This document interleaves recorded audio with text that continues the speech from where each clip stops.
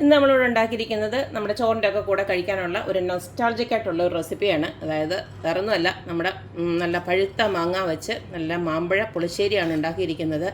നല്ല അടിപൊളി ടേസ്റ്റാണ്.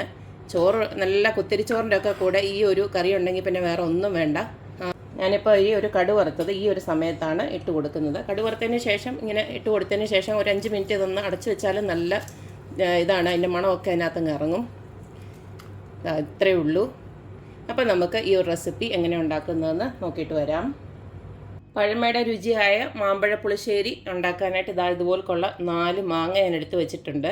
ഇത് നമുക്ക് ഈ തൊലിയൊക്കെ ഒന്ന് ചെത്തി കളഞ്ഞിട്ട് അല്ലെങ്കിൽ കട്ട് ചെയ്തിട്ടിടാം, അല്ലെങ്കിൽ ഇങ്ങനെ തന്നെ ഇട്ടിട്ടാണെങ്കിലും നമുക്ക് മാമ്പഴ പുളിശ്ശേരി ഉണ്ടാക്കാം. എന്തായാലും ഞാനിത് ആദ്യമേ ഒന്ന് തൊലിയെല്ലാം കളഞ്ഞിട്ട് വരാം. അപ്പം മാങ്ങയെല്ലാം ഇതുപോലെ ഞാൻ എല്ലാം ചെത്തി ഇതുപോലെ കഷ്ണമാക്കി വെച്ചിട്ടുണ്ട്. ഞാനിത് കഷ്ണമാക്കിയതിൻ്റെ ഒരു ഉദ്ദേശം എന്ന് വെച്ച് കഴിഞ്ഞാൽ അകത്ത് എന്തെങ്കിലും കേടുണ്ടെങ്കിൽ ഒന്ന് അറിയാൻ വേണ്ടിയിട്ടാണ്. കാരണം നമ്മൾ വാങ്ങിക്കുന്ന മാങ്ങയാണല്ലോ, നമ്മുടെ വീട്ടുമുറ്റത്തൊക്കെ ഉണ്ടാകുന്ന മാങ്ങയാണെങ്കിൽ പിന്നെയും നമുക്ക് വിശ്വസിക്കാം. പക്ഷെ നല്ല അടിപൊളി ടേസ്റ്റ് കേട്ടോ. ലുലുന്ന് വാങ്ങിച്ചതാണ്. നല്ല നോക്കി തന്നെ ഒരു തന്നു. നല്ല ടേസ്റ്റും ഉണ്ട്, നല്ല മധുരമുണ്ട്. എന്തായാലും ഇനി അടുത്തതിലേക്ക് നമുക്ക് കുറച്ച് പച്ചമുളക് നടുകെ കീറിയിട്ട് ഇതുപോൽക്കൊന്ന് ഇട്ട് കൊടുക്കാം. അതിപ്പോൾ അവനവൻ്റെ എരിവ് അനുസരിച്ച്, ഇതിപ്പം വലിയ എരിവില്ലാത്ത പച്ചമുളക് ആയതിൻ്റെ ഒരു 5-6 ഞാൻ ഇടുവാണ്. ഇനി ഇതിലേക്ക് നമുക്ക് ഒരു തണ്ട് കറിവേപ്പില ഒന്ന് ഇതുപോൽക്കൊന്നിടാം.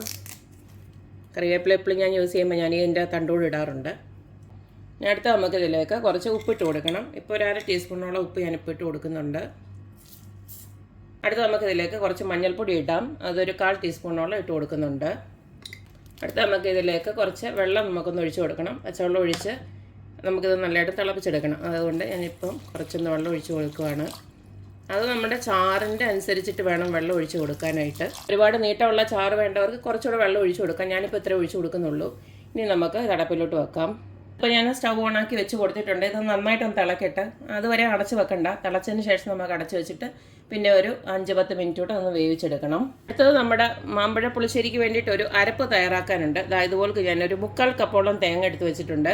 ഇതിലേക്ക് ഒരു 2 അല്ലി വെളുത്തുള്ളിയും ഒരു 3-4 അല്ലി നമ്മുടെ ചുമന്നുള്ളി ഉണ്ടല്ലോ, കൊച്ചുള്ളി, അതോടെ ഇട്ട് കൊടുക്കുകയാണ്. ഇനി ഇതിലേക്ക് ഒരു 1/4 ടീസ്പൂണോളം നമ്മുടെ മഞ്ഞൾപ്പൊടിയോടെ ഇട്ട് കൊടുക്കുന്നുണ്ട് ഞാൻ.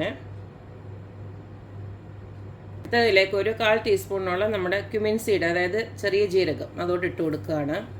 നമുക്ക് കുറച്ച് വെള്ളത്തോടെ ചേർത്ത് നന്നായിട്ടൊന്ന് അരച്ചിങ്ങെടുക്കണം. കുറച്ച് വെള്ളം ഒഴിച്ചു കൊടുത്ത് അങ്ങ് അരച്ചെടുക്കാം. ഈ ഒരു രീതിയിൽ ഞാൻ അരച്ചെടുത്തിട്ടുണ്ട്. ഒത്തിരി ഫൈനായിട്ട് അരച്ചിട്ടില്ല. അത് ഈ ഒരു പരുവത്തിൽ അരച്ചെടുത്ത് വെച്ചാൽ മതി. ഇട്ട് കൊടുത്ത മാങ്ങയൊക്കെ ഇതുപോലെ നമ്മുടെ തിളച്ച് വന്നിട്ടുണ്ട്. ഇതുവരെ ഇതൊന്ന് വെള്ളം തിളയ്ക്കാൻ വേണ്ടി ഞാനൊന്ന് വെയിറ്റ് ചെയ്തതാണ്. ഇതിപ്പോൾ എല്ലാം നന്നായിട്ട് തിളച്ച് വന്നിട്ടുണ്ട്. ഇനി നമുക്ക് അടച്ച് വെച്ച് ഒരു 5 മിനിറ്റോളം ഒന്ന് വേവിച്ചെടുക്കാം. അടച്ച് വെച്ച് നമ്മൾ 5 മിനിറ്റ് വേവിച്ചു. ഇനി നമുക്ക് അരപ്പൂടി ഇട്ട് കൊടുക്കാം.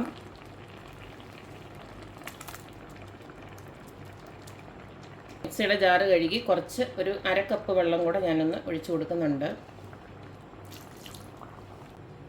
ഇനി ഇതെല്ലാം കൂടെ നമുക്കൊന്നുകൂടെ നന്നായിട്ടൊന്ന് ഇളക്കിയിട്ട് വീണ്ടും ഇതൊന്ന് അടച്ചു വെക്കാം.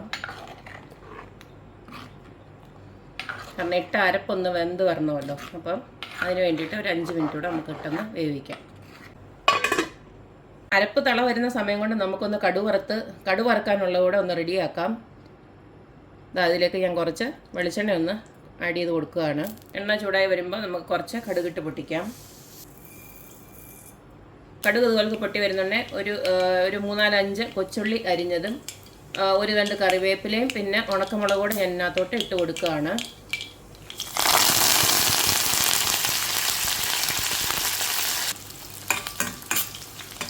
ഉള്ളി ഇതുപോലൊന്ന് മൂത്ത് വരുന്നുണ്ട്. നമുക്കിതിലേക്ക് കുറച്ച് മുളക് പൊടി, അതായത് നമ്മുടെ ആ ഒരു കറിക്കൊരു നല്ലൊരു കളർ കിട്ടാൻ, അത് നമ്മൾ പച്ചമുളക് മാത്രം ഇട്ടേക്കുന്നതുകൊണ്ട് വലുതായിട്ട് എരിവൊന്നുമില്ല. ഞാൻ ഇപ്പോൾ ഒരു ടീസ്പൂണോളം നമ്മുടെ കാശ്മീരി ചില്ലി ഒന്ന് ഇട്ട് കൊടുക്കുകയാണ്.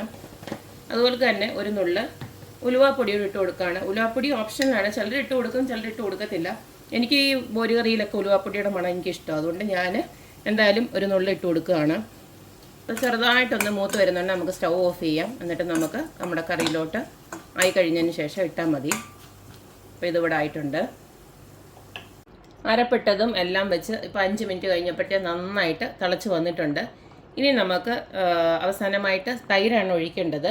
തൈര് ഒഴിക്കുന്ന സമയമാകുമ്പോഴത്തേക്കും നമുക്ക് സ്റ്റൗവൊക്കെ ഒന്ന് ഓഫ് ചെയ്ത് ഇപ്പോൾ ഈ സമയം നമുക്ക് ഉപ്പൊക്കെ ഒന്ന് നോക്കാം. എന്തായാലും തൈര് ഒഴിച്ചതിന് ശേഷം നമുക്ക് കുറച്ചുകൂടെ ഉപ്പൊക്കെ ഇടേണ്ടി വരും. ഞാൻ സ്റ്റൗ ഓഫ് ചെയ്ത് കൊടുത്തിട്ടുണ്ട്. അതുപോലെ തന്നെ ഇതേലെ 1 കപ്പ് തൈര്, അധികം പുളിയില്ലാത്ത തൈരാണ് ഞാൻ എടുത്തേക്കുന്നത്. അതൊന്ന് ജസ്റ്റ് ഒന്നിങ്ങനെ സ്പൂൺ വെച്ച് തന്നെ ജസ്റ്റ് ഒന്ന് കലക്കി എടുത്തിട്ടുണ്ട്. മിക്സിയിലൊന്നും അടിക്കേണ്ട കാര്യമൊന്നുമില്ല. ഇനിയും നമുക്ക് സ്റ്റൗ ഓഫ് ചെയ്തതിന് ശേഷം മാത്രമേ തൈര് ഒഴിച്ച് കൊടുക്കാവൂ. കാരണം അല്ലെങ്കിൽ ചിലപ്പോൾ പിരിഞ്ഞു പോകാൻ സാധ്യതയുണ്ട്. എന്തായാലും ഇതിലേക്ക് ഞാൻ ഈ തൈര് കൂടെ ഒന്ന് ആഡ് ചെയ്യുവാണ്. ഇനി ഇതെല്ലാം കൂടെ നന്നായിട്ട് നമുക്കൊന്ന് ഇളക്കിയെടുക്കാം.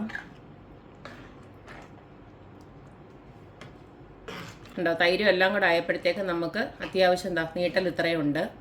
ഞാൻ പറഞ്ഞു കൂടുതൽ വെള്ളം ഒഴിക്കണ്ട, കാരണം ഒത്തിരി അങ്ങ് വെള്ളം ഒഴിച്ചാലും വലിയ സുഖം ഉണ്ടാവില്ല. അപ്പം തൈര് ഒഴിച്ചതിന് ശേഷം ഇനി നമുക്ക് ചൂടാക്കിയൊന്നും വേണ്ട, കഴിഞ്ഞു, ഇതോടെ കഴിഞ്ഞു. ഇനി നമ്മൾ നേരത്തെ കടുക് വറുത്ത് വെച്ചിരുന്നില്ലേ, അതോടെ ഇതിനകത്തോട്ടങ്ങ് ഒഴിച്ച് വെച്ചാൽ മതി. അപ്പം നമ്മുടെ അടിപൊളി മാമ്പഴ പുളിശ്ശേരി ഇവിടെ റെഡി ആയിട്ടുണ്ട്. നൊസ്റ്റാൾജിക്കായിട്ടുള്ള ഐറ്റമാണ്. അതായത് സീസണൽ അനുസരിച്ചിട്ടാണല്ലോ നമ്മൾ ഈ ഓരോ കറികളൊക്കെ ഉണ്ടാക്കുന്നത്. ഇപ്പം മാങ്ങ സീസൺ, അപ്പം മാങ്ങയും ചക്കയും വെച്ചിട്ടുള്ള ഐറ്റംസ് ആയിരിക്കും കൂടുതലും നമ്മൾ കഴിക്കുന്നത്. അപ്പോൾ എല്ലാവരും ഈ മാങ്ങ സീസണൊക്കെ കഴിയുന്നതിന് മുമ്പ് നല്ല പഴുത്ത മാങ്ങ വെച്ച് ഇതുപോലൊക്കെ ഉണ്ടാക്കി നോക്കുക. അപ്പോഴെപ്പോഴും പറയുന്ന പോലെ തന്നെ എൻ്റെ റെസിപ്പീസ് ഇഷ്ടമുള്ള എല്ലാവരും please like, share and subscribe. അപ്പോൾ ഇനി ഒരു അടിപൊളി വീഡിയോ ആയിട്ട് വരുന്നവരേക്കും ബായ്.